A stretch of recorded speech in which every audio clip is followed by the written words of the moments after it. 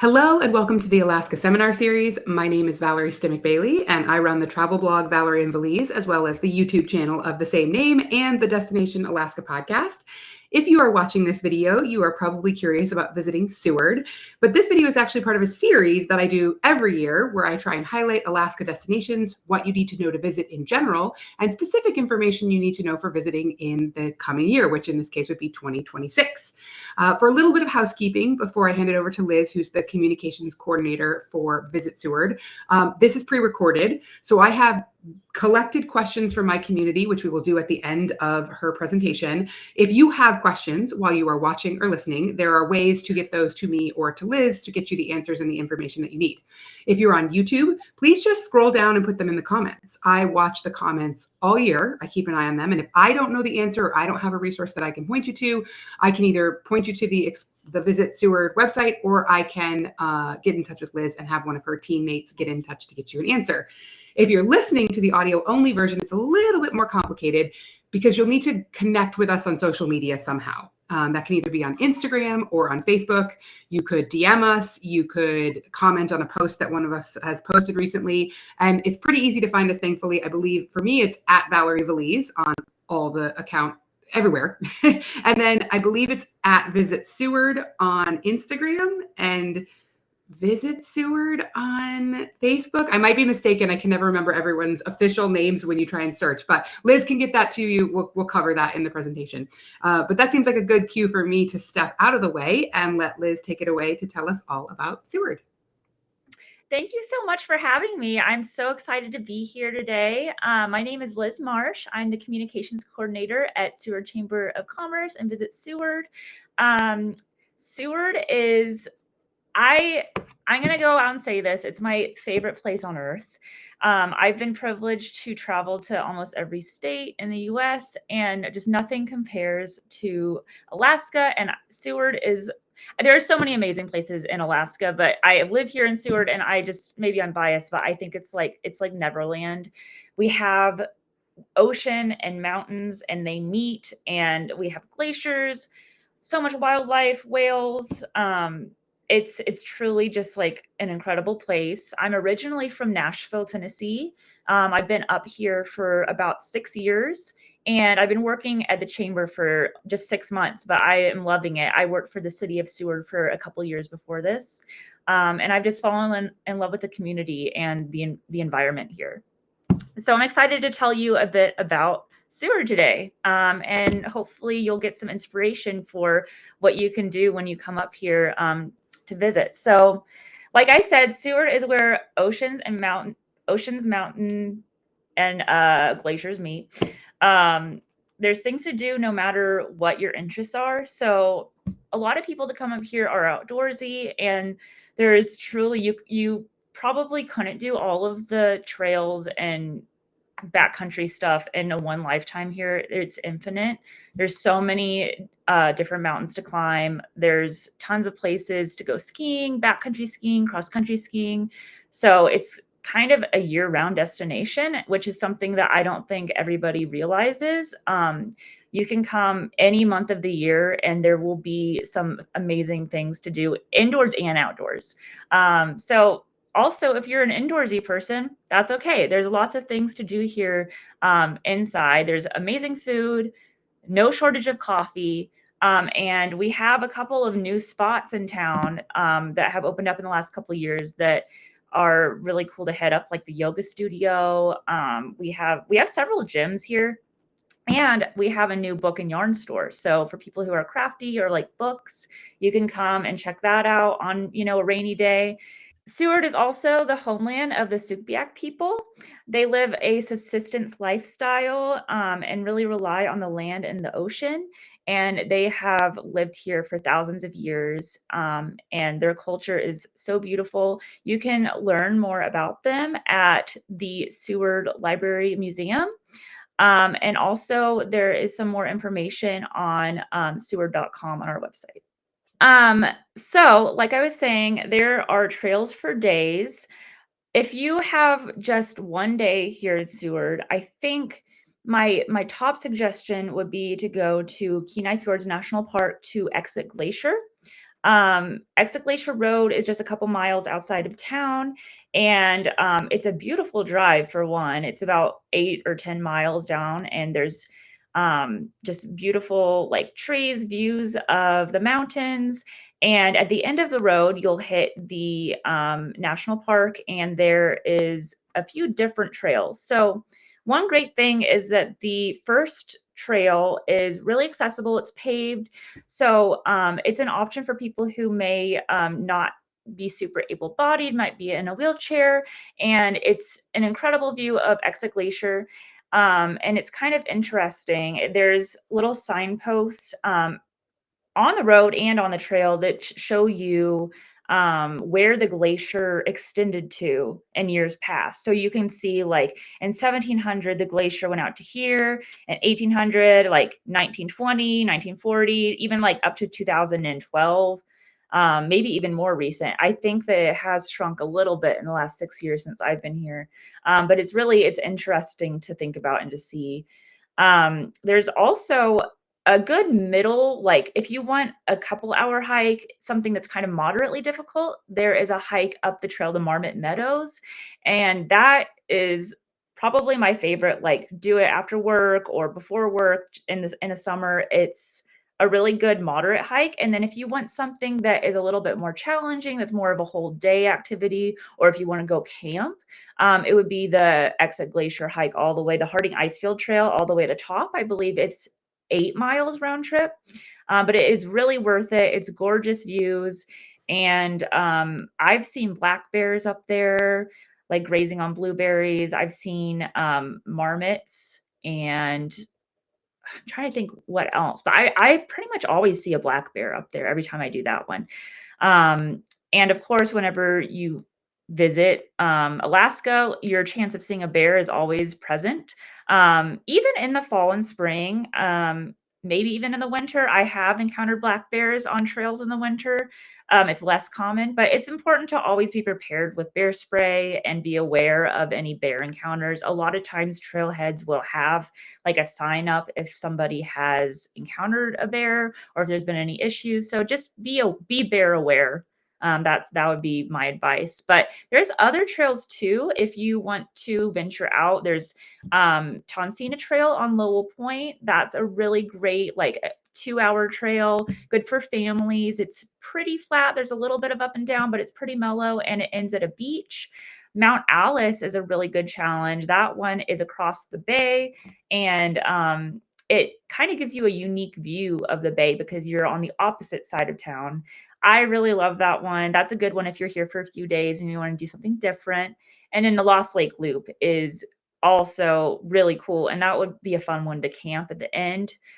It's a bit of a longer trail. It's not too uphill, but I think that one is 13 miles. So it's fun to do half of it, camp by the lake, and then hike back the next morning.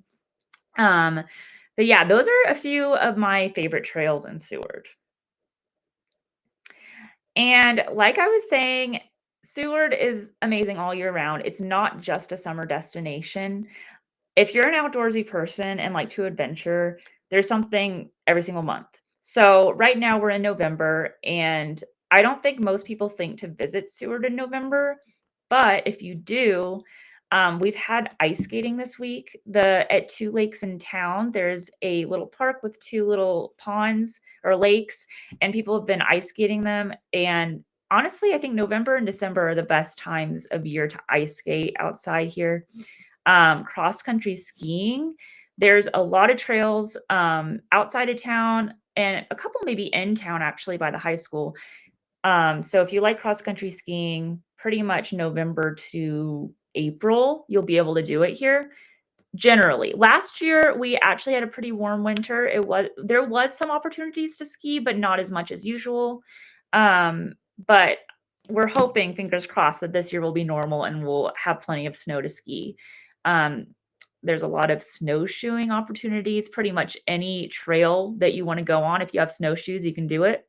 And if you don't have snowshoes, you can rent snowshoes through Parks and Rec. So if you go to the gym, it's on 4th Avenue at AvTech. Anybody can go in. You don't have to be a community member. You can be a visitor. You go in, and I think it's only about $5 to rent ice skates and maybe cross country skis, but definitely snowshoes and ice skates. And so that's a really good resource if you're here visiting and don't want to bring your gear or you don't have your gear. Kayaking, you can do that all year round. There might not be any guided tours this year in the winter. Sometimes companies will do that, but if you can rent a kayak and you've kayaked before, then absolutely go out in the winter if the water is calm. And sometimes I think the water is the calmest this time of year, and it's so beautiful, and you can still see plenty of ocean life and wildlife. In addition to that, if you come in the summer, there are so many tours going on. There's horseback riding trails and tours. There's ATV tours. You could there's a park in town where you can do like not zip lining, but you're hooked up and it's like an adventure park, and that's really fun for kids and adults. So I would recommend visiting Seward.com and looking at all of the different tours you can do, because there might be some things that you didn't think of that you'd actually really like to do. Because yeah, there's a lot of companies that offer some cool stuff here. And like I was saying, indoor options, there's plenty of indoor options, and this would be good too if you're here and it's a rainy day and you don't want to be in the elements, or if you're here in the winter. So we have Seward Yoga Studio in town right on the main strip on 4th Avenue, and they offer so many awesome classes, yoga classes, Pilates. They have like gentle flow, dance fit, which is like kind of like Zumba. And dropping in is totally fine and pretty affordable. So I would totally recommend that if you're visiting and want to do get a little workout in, maybe meet some other people in the community. And then the rec center, this is something that I didn't even know about that existed until I actually started working there a couple years ago. They have a rock wall, and they have rock wall hours, and it's open to everybody, adults and kids. So that's really cool. Pickleball, racquetball, volleyball, basketball, any of those sports, you can absolutely just drop in for $5 a day, and your pass is good all day long. You can leave and come back. So that's a really good resource on a rainy day. If you have kids, they have like tot time and kids times where they bring all the toys out into the gym, or the kids basketball hoops. So yes, good resource. And then the Dreamland Books and Yarn store, they have everything you need as far as crocheting and knitting and embroidery, some needle felting stuff. So if you just want to have a cozy day, sipping some tea, getting your knitting on, absolutely love it. That would be a really good idea for just a winter activity or a rainy day activity. And then they have a book club as well. So if you're here and you happen to be here on a book club night, you don't have to go every time. You could be a visitor and still go to that. If you've read the book or you're reading the book, you can join. And they have weekly knitting night on Wednesday nights at 6. And that also, anybody can drop in and join for that. So highly recommend. And the shopping here is honestly pretty good. We have several options in town as well as in the harbor area. Forest Tides and Treasures has lots of outdoorsy gear and clothing and local art and goods. Ranting Raven in town has so many cool like jewelry artists and some cool like witchy curiosity stuff, tarot decks, and yeah, a lot of lovely stuff in there. You can find a full list on Seward.com or in our visitor guide. We're adding a shop section to the visitor guide this next year because there's like so many amazing stores, and we just want to make sure people know about them when they come into town and shop local and support our local economy. Live music. So in town, I believe it's on Wednesday nights. in the summer, I think in 9 to 1 a.m., there's open mics at the Yukon. And that's so much fun. You don't have to go up and do people do comedy, people do like they'll go up and sing a cappella. You can do anything. So feel free to jump up there, but you can also just go and like see local talent, and it's a lot of fun. I actually went last night. It's a winter thing too. It's 8 to 12 on the off season. So there's live music there. There's live music on weekends at Ale House and at Yukon year round generally. And then also at the Flamingo Lounge, they have an outdoor seating area with a beer garden, and they have live music going on all summer as well. So definitely check out the music schedule when you're here in the summer, because there will be something playing. And there's some really awesome local artists that have been up and coming lately, and definitely recommend checking out. And then something really exciting for families is that we have a children's museum open now. And that's super cool. I went in there and took a tour recently, and it's so cool. They have a lot of different rooms with different activities. And for the space, they really maximize the space. And I think that easily you could spend like 3 hours in there and keep your kiddos occupied. My favorite part of it is that there's a sandbox with a projector of like topography, like a topography map. And when you move the sand, you can kind of see the lines will change. So you can learn about topography through that. I just thought that was super cool. And I think if I had that for my home, my husband would be very occupied with that. He would love that. They also have like a touch tank there. They have arts and crafts, like STEM kind of activities. So highly recommend checking them out. Their hours vary. So the best way to find out is just going to their website, which is sewardchildrensmuseum.com, I believe. And then you can go on seward.com and search them, and you can get their hours through there as well. And then Sea Life Center, can't forget to mention that. That's an amazing one for adults and kids. They have seals, sea lions, all sorts of fish, other sea creatures there. And there's also a viewing deck of the bay that's really, really killer. And you can often see whales or otters from that viewing deck as well. But they're open, I believe, every day in the summer. And then they do have more limited hours in the winter, but they are still open pretty frequently in the winter as well. So I wanted to just quickly cover some tourism best practices. So when you're on the beautiful highway between Anchorage and Seward, such an amazing drive. There's so many places to pull off and just look at the scenery, take a little picnic break. But please don't litter on the highway. We're trying to keep it beautiful. Don't pass when it's not a passing lane. It is a very curvy highway. Sometimes there's a lot of blind corners. So just be careful when you're on the highway, follow the speed limit signs, and don't pass when it's not safe. When you're going into town to cafes, and when you're staying at hotels, tip your servers, tip your maids, and then also be fire smart when you're having fires at campgrounds or whatnot. Please make sure it's all out. And sometimes you might like pour some water on it and you think it's out, but it's not. Just make sure that before you leave, your fire is completely out. And also be aware of when it's not safe to have a fire. There will be flags up when it is not safe. So please follow the signs. So Seward is primarily a fishing town. A lot of people, they are full-time fishermen, sports fishermen. And I believe it was in the 1950s that Seward became connected on the road system to Anchorage, and people began just coming down for fun to fish.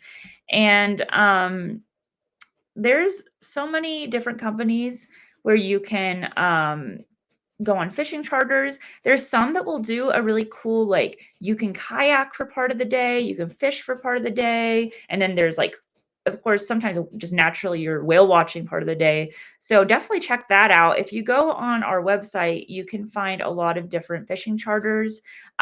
Seward Ocean Excursions, they are, oh, I'm not sure if they actually do fishing, but if you're ever wanting to go wildlife viewing in the winter, recommend Seward Ocean Excursions.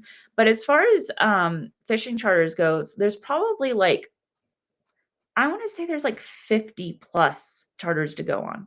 So if you want to go fishing, you can go fishing when you're here. We have coho, which is silver salmon. We have king salmon. I think we have 5 different salmon species here. We have rockfish, halibut. Um, we might have cod. I think I made a note of all the fish we have. Yeah, ling cod. So your odds of catching something good to eat is high.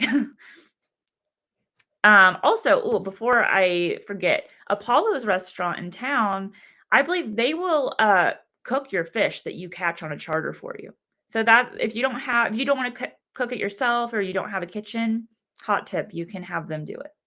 So if you are here in August, it is the third week of August that this happens. It's the Seward Silver Salmon Derby. It was initially started by the community members, I believe in the 50s. And there's just such an abundance of silver salmon in the bay, especially that time of year. So they started a fishing competition and it's just grown and grown throughout the years.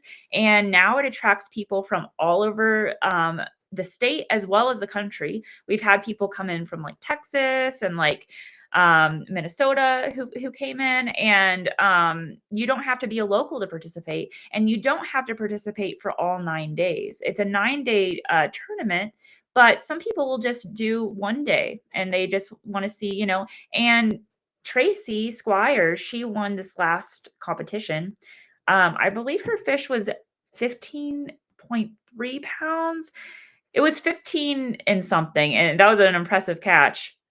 But I don't think she fished every day. She might have only fished a couple days and she won. So it's totally worth going just for even a day. And a lot of local charters would happily take you out on salmon derby days. I believe last year was a really good year for the salmon derby. I have some numbers here. There was 1,200 anglers, 1,900 catches, and 14,206 pounds of silver salmon caught. And all of that goes towards fish restoration efforts in Resurrection Bay, which is pretty cool. And people can choose to either donate their fish or they can buy it back for $5, and that money goes to fish restoration. So I thought it could be a good idea to just do like a little itinerary. So maybe you're just here for a day and you want like something kind of laid out for you, a plan. So this is what I would do if I had one day in Seward. And honestly, this kind of works not just in the summer. This would work in the shoulder seasons, even the winter if you have the right gear. But I would start out and I would go to Resurrect Art Coffee House for a coffee. They have really awesome seasonal drinks. They have delicious daily made pastries and a lot of awesome local art from Alaskan artists. And whether that be paintings, prints, jewelry, pottery, lots to look at. So I would start off there. They have like a fire going. It's so cozy in there. And then if you want breakfast, there's a few options in town. You could go to the Porthole, which is in the harbor, and you can definitely walk there from Resurrect Art, just down 4th Avenue. You'll hit it. It's in a food truck. They have really good breakfast burritos and breakfast options, and it's grab and go, so you can take it with you if you're like going on a hike or something. You could also go to the Breeze, and they have delicious pancakes, just traditional breakfast, really good. And that's also in the harbor. So you'll see both of those. They're across the street from each other. After you get breakfast, I would go and walk around while you're in the harbor. I would walk around the docks and look at all the boats. I think it's just so fun to look at all the boats. You'll see little otters floating in the harbor. it's just a kind of a unique view of like of the bay and of like you could see Mount Alice there. So I would do that, maybe walk with your burrito around and your coffee. And then I would go, depending on if you have a car or not. If you don't, no worries. There's a really good waterfront walk that starts in the harbor and goes all the way to the Sea Life Center. So I would walk the beach and it's a paved trail and go all the way. It's maybe about a mile and then end at the Sea Life Center. Or if you have a car, I would say drive down Lowell Point Road and then walk the beach on Lowell Point because that also gives a unique view of the bay. Your odds of seeing wildlife might be slightly higher. Your odds are pretty high either way, but it's kind of cool to like tide pool. There's tide pools and like you know collect sea glass and shells down there, and you can also get another coffee at Miller's Landing in the summer. So that's just a cool little area that not everybody knows about. But yes, Sea Life Center. I would recommend going to the Sea Life Center after your breakfast and coffee. Um, Again, I think it's great for even if you're an adult, it's not just for kids. And they do really amazing work there. They'll rescue animals and rehabilitate them. And there's so much to learn. So I'd recommend that. And then after that, I would go into town and I would shop along Fourth Avenue, maybe get lunch at the Rowdy Radish. That's a new cafe that opened up in the last year. They have soups and sandwiches and salads, and they have some good gluten-free and vegetarian options there for those of you who may have dietary restrictions. That is right next to the yoga studio and next to the lovely health food store. So definitely hit those places up. And then I might have there's another little area in there that before you go for dinner, I would say this would be a good time to maybe go on like an outdoor adventure.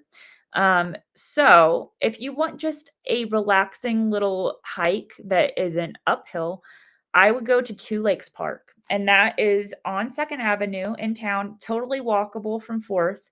And it's about a 1 mile loop around Two Lakes, and it's really just looks like a little fairy forest. It's so sweet, and it's a great one for families with kids or just anybody who just doesn't want to like be busting crazy sweat. Just like I feel like that's a good just mellow hike. But if you want more of a challenge, I would say the Jeep Trail, which is actually right next to Two Lakes.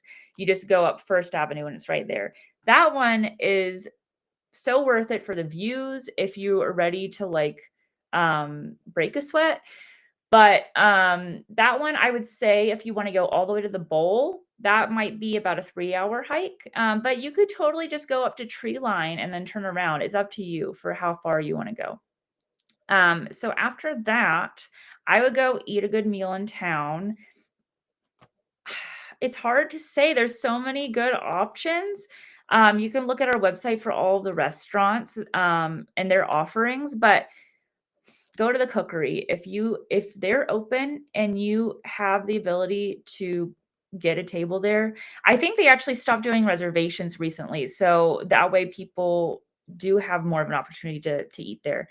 They have incredible halibut, like everything, like so much of what they offer is locally sourced, um, Alaskan sourced. They have a rotating menu of different vegetables that have been I think they've like foraged mushrooms and they do like mushroom dishes that with like locally foraged mushrooms. So definitely recommend the cookery.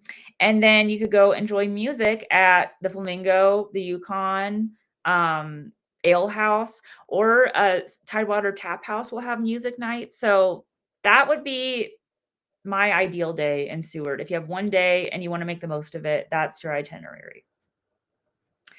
So, what's new for 2026? Okay, so the Seward Polar Bear Jump in January, that happens, I believe, the third Saturday in January, and It's not new for 2026, but the Chamber of Commerce is now running the event surrounding it. So we're really excited about that. There's a luminary moment on Sunday where people can come and remember loved ones that they've lost to cancer.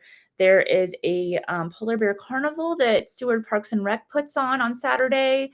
There is a parade, a live auction at Tony's the night before. So if you check out sewardpolarbearjump.com, we'll have a full list and schedule of events. And then the jump happens, it's run by the American Cancer Society, and all of the funds raised goes towards helping those in Alaska who have been battling cancer. So that, if you're here in the winter, definitely check it out. You don't have to jump to participate in the festivities, just come and support. And then a really cool music festival has started here, Seward Salmon and Song down at Miller's Landing on Lowell Point. This will be the second year in 2026. I went this last year, and actually my husband played a couple times because he's a musician. It was so great. There were basically the space, it was surrounded by local vendors and food trucks. There was a beer garden, and then where the musician was, just an incredible view of Mount Alice behind them. So it's really scenic. They brought in some pretty big acts from the lower 48. So that would be maybe I believe it might have been Labor Day weekend or Memorial Day weekend. But I'm not sure if it'll be the same this next year, definitely in May, but stay tuned for the dates next year. It was a 3-day festival, 2 or 3-day festival.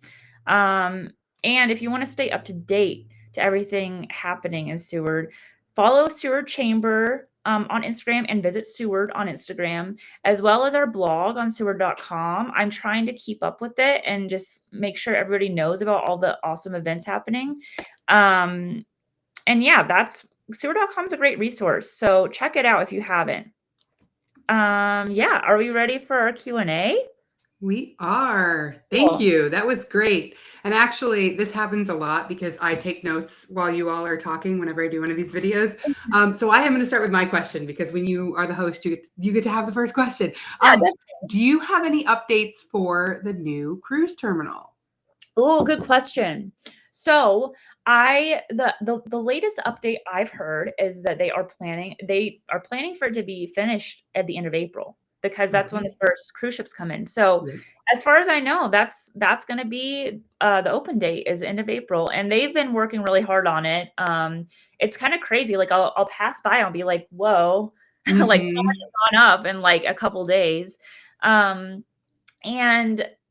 yeah, that's kind of the biggest update I have as of now. I'm not super informed on all the details, but I do know that beginning or somewhere in April, they'll be open. Yeah. Cool. I'm just making another note. So if you are watching this and if you're watching it, meaning you're on YouTube, you might have noticed sometimes that bubbles pop up in the upper corner of the screen, and that is just me adding helpful information. So sometimes it's leading to sometimes it's leading to Seward.com. Sometimes it's leading to resources that I have that can help you. But just now you would have seen one pop up for the Alaska Railroad.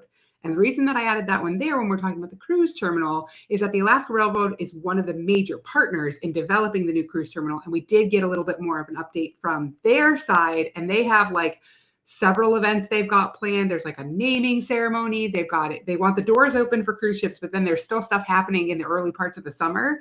So when you're visiting Seward, if you're visiting in the summer next year, you might actually get to see some of these exciting developments as more and more of it comes online to welcome guests. So give that video a watch too, also because getting to or from Seward by the train is a gorgeous way to travel. So you might want that in too. Okay, but let's get to other questions that I have. Let's go with, I have several questions. As a reminder, while I'm trying to decide which question, if you have questions and you're watching on YouTube, just put them in the comments. If you are listening, you'll need to reach out on social media to let us, me, Valerie, or Liz at Seward know what we can help you with. Here's a good one, I think, though. This is kind of a general question. And this is, I imagine it's a little different in the winter, but I think this is a summer question. A lot of people arrive either off a cruise ship or they come into town by train. They don't have a car. Are there vehicular ways to get around Seward if you don't have a car? Yes, definitely. So we have a few different options. There is actually a free shuttle service in Seward. So definitely take advantage of that. I believe they run on about a 30-minute loop and they stop at several places around town. And there's different bus stops. There's one at the visitor center. So if you come to the visitor center, definitely stop and say hi. There's a lot of helpful resources there. And you can stop and wait for the bus there, or it runs by Safeway, the grocery store, all the way down to the Sea Life Center. So that's a really good resource if you don't have a car. Also, Carl at the bike shop, he started doing bike rentals. So if you are comfortable on a bike, I think that's a really good way to travel around Seward if you're here for a couple days. That wouldn't be an option if you're trying to get up to Anchorage, but if you're just trying to find a way to get around town, I would say a bike rental would be a really good option. And then if you're trying to get maybe off the cruise ship and then back up to Anchorage and you don't have a car, there's a couple of options. The railroad, they have a daily train at 6 p.m. That leaves, and it's very close to the cruise ship terminal. So you can just walk from there. And beautiful, beautiful views. I actually still have not gone on the train, and it's been on my bucket list for 6 years. So hopefully this next summer I'll get a chance to. But everybody I talked to who has taken it has loved it. So that would be a really cool option if you're getting off a cruise ship, or if you're visiting Seward and then you want to get up to Anchorage, take the train. There's also buses that leave every day. So look into that. I don't have exact details on what buses, but there's daily buses and resources for people who don't have cars. And I think there's actually car rentals as well, through Turo. Do you know the name of that? Mm-hmm. Yeah, I think that's an option. But yeah, if you don't have a car, there's still plenty of resources, so don't worry about it. Yeah. Is the Exit Glacier shuttle still going to run next summer as well? I believe so. Okay. Yeah. So that's another option. I'll just put the bubble up there. If you want to get out to Exit Glacier, because a lot of people who come into Seward, they do their Kenai Fjords cruise and they hear about Exit Glacier and they really want to see it, but without a car, it is not. You could ride a bike, but it would be a long day of biking. So the more feasible plan is, I believe it's like $10 for the day to get a pass to ride the shuttle. But yeah, there would have been a bubble that had the website that you could just click on the video if you're watching on a computer device. Let's talk about if you do have a vehicle. This is a great question from Chelsea. It sounds like maybe she is van lifing her way across Alaska, because I think I've had some questions for her, similar ones in other places. And Seward has some amazing campgrounds. So can you talk us through like the highest level, the best, where you'd point her to start? Yeah. Well aware that availability is always a challenge at the best places. Right. Okay, so I love this question because actually I moved up to Alaska in a van. I did van life for about 4 years with my husband. And there are so many options if you're in a van. Top of the list, I would say, is if you go down Exit Glacier Road, there is a, what do you call it? It's not a terminal moraine, but basically a, dried out waterbed. I don't know how to explain it, but you'll see it. If you go down the road, there's a lot of pull offs, and you can stay for free in any of those pull offs, or you can drive your van into the moraine depending on, I mean, we had a Ford Transit 2-wheel drive and we could do it. So I think most vans could do it. And you can stay there. I mean, I think like several days on end for free. The one thing is that there is not great service out there. So if you do have like a signal booster, that would be good. But for Verizon and AT&T, I personally, we don't have cell service out there, but you can still like come into town and then go back. So that would be a really good free option. Another option would be going down to Lowell Point to Miller's Landing. If you want a few more amenities and cell service, they have laundry. They have some spots that have hookups. It's pretty affordable, and it's just a really cool environment. Beach walks. There's a cafe. Sometimes they have live music. And then the city of Seward has several campgrounds. And like Valerie was saying, you kind of want to book ahead if you can, because they're often booked out. But definitely, if you're planning a trip, just get that done. If you want a hookup and you want like a secure spot that you don't have to worry about finding, go ahead and get that booked. But you can always find places, if you're comfortable with not having hookup and doing stealth camping, in town. You can usually find a spot for a night. I wouldn't stay in one spot for multiple nights in a row in town, but you definitely can park your van in town if there's no sign. And just, yeah, that's always an option. Cool. The only other thing I would add, and I have not done this, but I would just say if you are going to go out Exit Glacier Road, Chelsea or anyone watching this, be aware of when you cross onto the national park land, because federal land does get managed differently, and you cannot boondock on federal land. But right on the other side, I think it's like there's like a creek crossing a small bridge, and you very clearly enter the national parks land. Right before that, I actually ran on Exit Glacier Road the last time I was through it. I went for a run, and there's definitely plenty of pullouts where you'll have lots of privacy and beautiful views. So definitely earlier in the road. I wouldn't go too far. It's the first like mile or two of the road. Yep. Cool. Okay, so I've got two questions. I'm going to kind of lump them together. I'm gonna show this one, which is from Kirsten, asking about whether it's worth taking the drive down to do a day trip in early March. But I also had a question about late April, and I'm gonna lump those together because I think that late winter, early spring, people are sort of uncertain. Quote, is Seward's worth it? I will caveat saying I'm taking a group in early March, closer to mid-March, but I'm taking a group this coming year, and there is stuff to do. But I will let you, as the official resource, talk about what there is to do during that time of year. Yeah, absolutely. It's definitely worth taking a day trip in early March or in April. I kind of think that the shoulder seasons are a really fun time to come because it's way less busy. It can be overwhelming when you're here in July and August, just with all the tourists and cruise ship passengers. It's still a fun energy, of course, but I think it's kind of special to come on the shoulder season and have you feel like it's a bit more, it feels more remote and magical. And if you wanted to take a wildlife cruise, you can still do that this time of year with Seward Ocean excursions, for example. Your odds of seeing a humpback, they're usually not in quite yet in March and early April, but sometimes there will be orcas if you're lucky. You'll definitely see seals and sea lions and otters and lots of cool birds. And yeah, all the hikes are available all year round. Check out the resources at the gym if you need snowshoes, and the shopping, the coffee, all of that still available. So super worth it even in the spring to come.